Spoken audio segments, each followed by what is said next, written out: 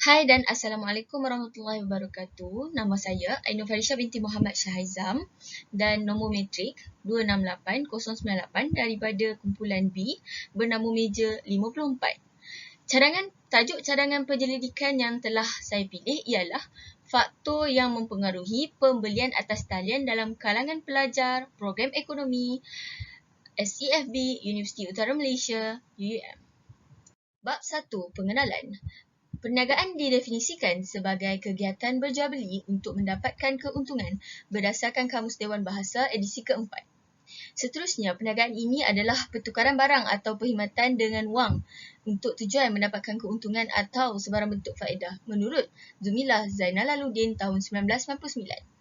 Pada era globalisasi ini, perniagaan terbahagi kepada dua iaitu perniagaan konvensional dan perniagaan elektronik iaitu e-niaga atau perniagaan internet. Semua produk boleh dijual di internet, tidak kira sama ada produk yang bernilai ataupun tidak. Perniagaan atas talian mempunyai pasaran yang amat luas tanpa mengira sempadan geografi dan beroperasi selama 24 jam sehari dan kita mampu membuat pembelian di mana jua kita berada. Yang membezakan konsep perniagaan elektronik dan perniagaan secara konvensional hanyalah proses transaksi urus niaga tersebut yang mana dijalankan secara atas talian. Pihak pembeli dan penjual tidak perlu bersemuka dan berinteraksi untuk melengkapkan proses jual beli tersebut. Hanya dengan melakukan transaksi secara online dan tidak perlu bersemuka. Hal ini menunjukkan perbezaan antara perniagaan secara atas talian dan perniagaan konvensional adalah tidak banyak.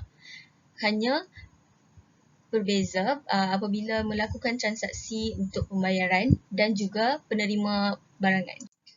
Antara contoh perniagaan atas talian ialah e-dagang. E-dagang atau lebih dikenali sebagai e-commerce hanyalah proses membeli dan menjual produk dengan cara elektronik seperti aplikasi mudah alih dan internet. Seterusnya ialah latar belakang kajian.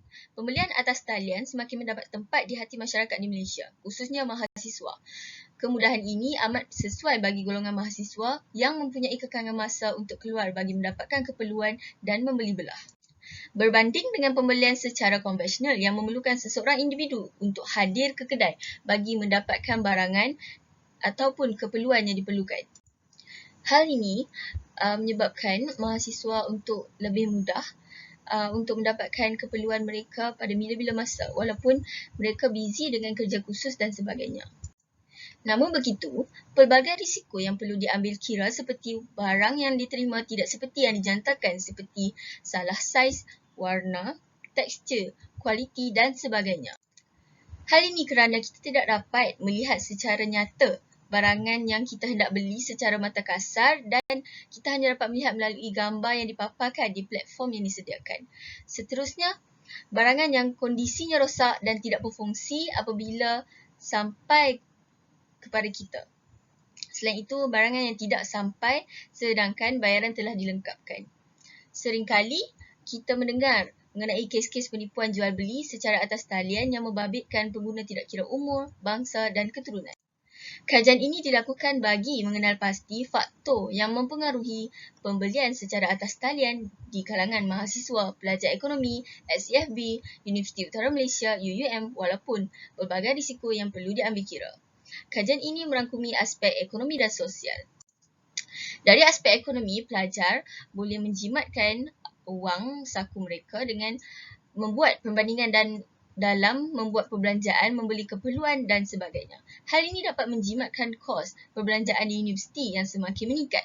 Hal ini kerana keadaan ekonomi yang tidak memberangsangkan memberi impak kepada pelajar IPT. Seterusnya, kos sara hidup pelajar turut meningkat. Seterusnya, dari aspek sosial pula dapat meningkatkan ilmu para pelajar tentang perniagaan secara atas talian dan melakukan pembelian dengan cara yang bijak dan berbaloi. Hal ini juga dapat mendedahkan pelajar akan dunia moden yang menggunakan platform secara atas talian dan semuanya hanya di hujung jari. Seterusnya adalah objektif kajian. Objektif kajian bertujuan untuk menjawab semua masalah yang terdapat dalam persoalan kajian. Okey, untuk yang pertama sekali, objektif kajian adalah untuk mengkaji faktor reka bentuk laman sesawang mempengaruhi keinginan membeli secara atas talian. Yang kedua adalah untuk mengenal pasti faktor yang mendorong pelajar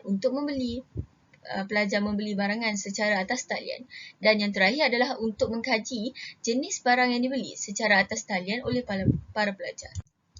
Kajian ini adalah berkepentingan untuk tahap kualiti suatu perkhidmatan ke atas kalangan masyarakat, terutamanya mahasiswa dan mahasiswi di Universiti Utara Malaysia. Seterusnya, dapat mengkaji tahap keberkesanan pembelian secara atas talian. Melalui kajian ini, masyarakat dapat memilih perkhidmatan yang berkualiti dan dipercayai ketika ini. Kajian ini juga adalah untuk menerangkan kepada pihak yang berkepentingan mengenai pelbagai faktor yang mendorong mahasiswa dan mahasiswi untuk membuat pembelian secara atas talian lebih berbanding pembelian secara konvensional.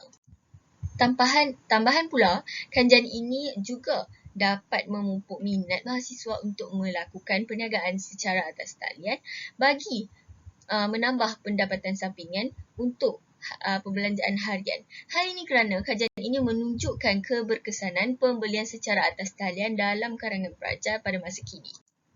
Dan yang paling penting adalah untuk mengkaji faktor yang mendorong pelajar membeli barangan secara atas talian. Bab 2, sorotan karya. Okey, seterusnya perbezaan kajian pengkaji. Berbanding dengan kajian lepas, ialah kajian ini lebih fokus kepada faktor reka bentuk laman sesawang yang mempengaruhi keinginan pembelian secara atas talian. Seterusnya, faktor yang mendorong pelajar memberi secara atas talian dan jenis barang yang diberi secara atas talian oleh para pelajar program ekonomi SCFB Universiti Utara Malaysia UUM. Kajian lepas yang didapati lebih cenderung kepada persepsi para pelajar terhadap pembelian secara atas talian. Seterusnya ialah konsep kajian. Kajian ini adalah untuk mengenal pasti faktor-faktor yang mempengaruhi pembelian secara atas talian terhadap pelajar program ekonomi. Menurut Goh dan Zuroni tahun 2012, membeli belah dalam talian juga ditakrifkan sebagai proses pelanggan membeli perkhidmatan atau produk melalui internet.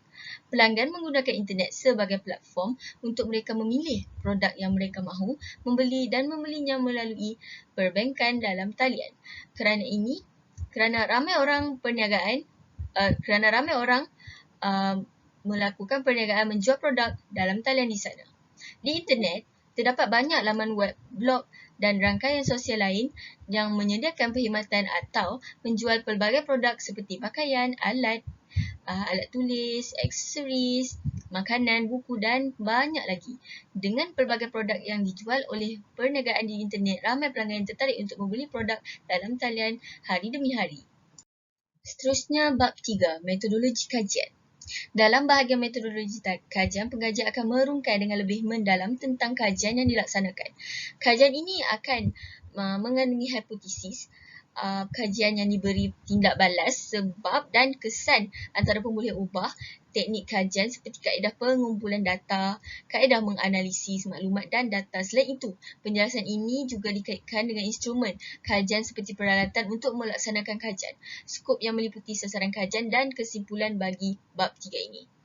Antara teknik kajian yang saya gunakan adalah sumber maklumat dan data. Sumber maklumat dan data terbahagi kepada dua, iaitu sumber primer dan sumber sekunder.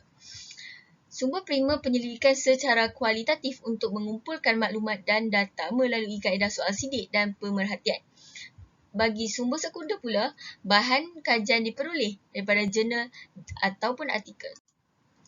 Pengkaji menggunakan data sekunder bagi mencari isu yang membangkitkan persoalan objektif kajian, terutama di laman web. Terdapat beberapa maklumat dan data tentang faktor yang mempengaruhi pembelian atas talian terhadap pelajar yang ada di jurnal mahupun artikel amat membantu pengkaji dalam meneruskan kajiannya. Seterusnya adalah bentuk soal selidik. Kajian menggunakan soal selidik adalah sangat popular yang dilakukan oleh pengkaji-pengkaji sekarang.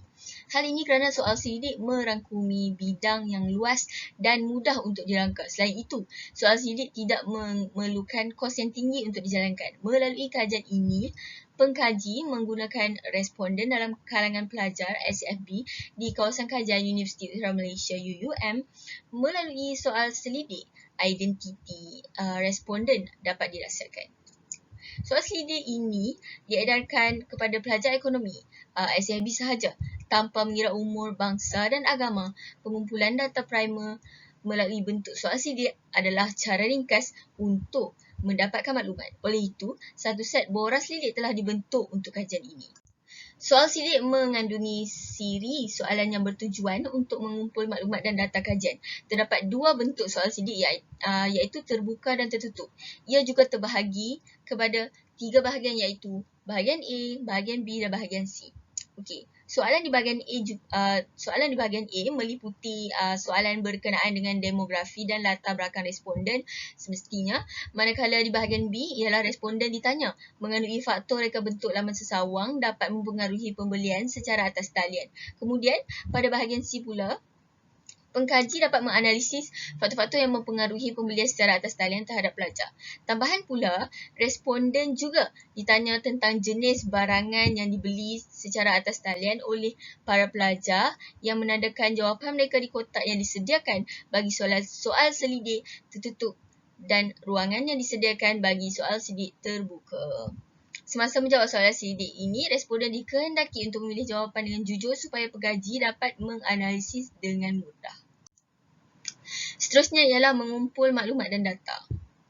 Mengumpul maklumat dan data ialah dengan penggunaan sampel rawak berdasarkan statistik menggunakan teknik persampelan. Selain itu, tinjauan turut dikenali sebagai tinjauan sampel kebarangkalian. Penggunaan sampel rawak berdasarkan statistik yang menggunakan teknik persampelan digunakan bagi mewakili populasi. Kaedah tinjauan yang menggunakan kos yang rendah dan masa yang lebih singkat. Hal ini demikian kerana pengkaji tidak perlu mengambil maklumat dan data daripada keseluruhan populasi. Seterusnya ialah kaedah analisis data yang terdiri daripada kaedah statistik deskriptif. Data yang diperoleh akan dianalisis mengikut kaedah statistik asas iaitu statistik deskriptif.